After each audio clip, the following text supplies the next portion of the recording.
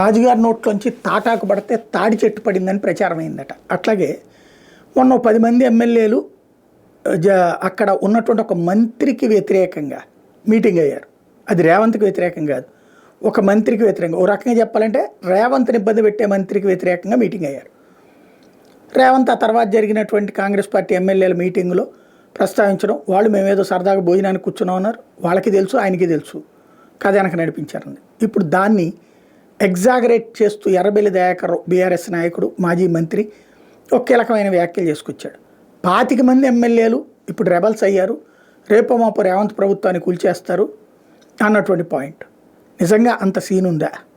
ప్రస్తుతం కాంగ్రెస్ పార్టీలో రేవంత్తో పోటీ పడగలిగి అధిష్టానం దగ్గర మెప్పించగలిగినటువంటి దమ్మున్న నాయకుడు ఎవరున్నారు? అధిష్టానం దగ్గర రేవంత్తో సమానంగా కాస్త తెలిసిన వ్యక్తి ఇవాళ రోజున ఉన్నటువంటిది బట్టి విక్రమార్క. ఆయన రేవంత్తో సన్నిహితంగా కలిసి తిరుగుతున్నారు. అధిష్టానం తెలిసినటువంటి వాళ్ళల్లో చాలామంది ఉన్నారు, ఉత్తమ్ కుమార్ రెడ్డి, జగ్గారెడ్డి, వీళ్ళందరినీ ముఖ్యమంత్రి పదవుల్లో అనుకుంటే కనుక రేవంత్కి ఇచ్చేవాళ్ళు కాదు కదా. కాబట్టి ఇవాళ రేవంత్కి ఏ సమస్య సృష్టించేదేం లేదు.